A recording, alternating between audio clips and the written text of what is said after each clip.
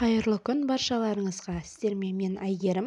Сіздермен бүгін өте дәмді кесе самсаның рецептімен бөлісетін боламын. Дәмі тандыр самсаларға да ұқсас келеді. Үй жағдайында өте дәмді, жұмсақ болып шығатын каналыма ең алдымен тіркеліп, соңына дейін видеомды қараңыздар. Ал ендеше кеттік, бастайтын боламыз. Ең алдымен ұн илегіштен өткізіп, ұнымызды дайындап алатын боламыз. Одан кейін ыдысымызға суымызды құйып, салқын суымызды құйып, үстіне тұз салып, тұзымызды ертіп аламыз. Содан соң ұнның үстіне суымызды және де ертілген сары майымызды салып, қамыр илейтін боламыз. Қамырымыз жұмсақтау болып шығады, себебі құрамында май болғандықтан. Небәрі осы 2 ингредиентпенен қамырымызды дайындаймыз.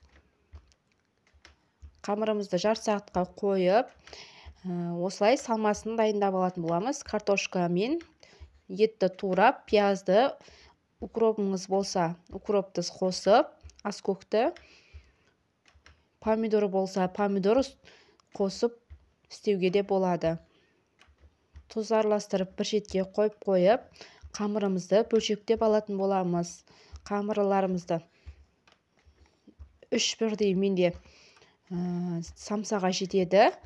3 самсаның қамырын дайындап қойдым. Бірінші самсаның қамырын осылай жайып аламыз, дөңгелек етіп. Толық рецепті описание бөліміне жазып қалдырамын. Сол жақтан өтіп көре аласыздар. Және де осылай кесені алып, қамырымызды қойып, кесенің ішіне салмамызды 3 бөлікке бөліп аламыз. Салмамызды салып, осылай астыңғы бөлігін біріктіріп алатын боламыз. Ашылып кетпейтіндей қылып, жақсылап біріктіреміз.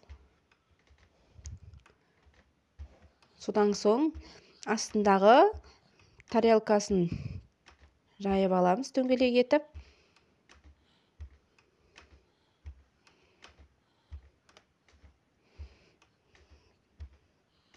Мен сияқты осылай кессеңіздер де болады, ұзындау болып кетсе, немесе астыңғы бөлігіне қайырып жерсеңіздер де болады.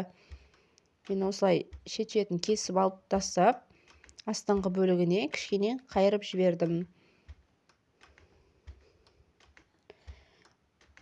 Одан соң осылай жайып, тағы да кесіп алатын боламыз. Кескеннен кейін осылай лағманның десасы сияқты қылып созып, бір-біріне 2 бөлікке бөліп созып аламыз дағын.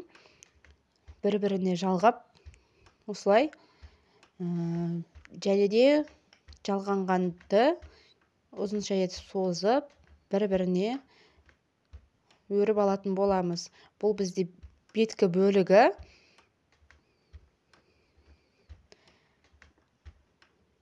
Осылай беткі бөлігін өрілген бетін қойып, және де ең соңында кішкентай бөлігін дөңгелек етіп, төбесіне қоямыз. Барлығына жұмыртқамызды жағып, барлық жеріне тигізіп, жақсылап жағып шығатын боламыз. Тегіс тию қажет.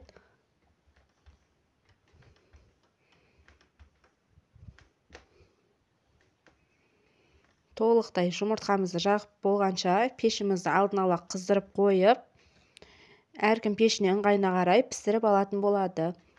Осылай қып-қызыл етіп әдемі болып пісіп шығады.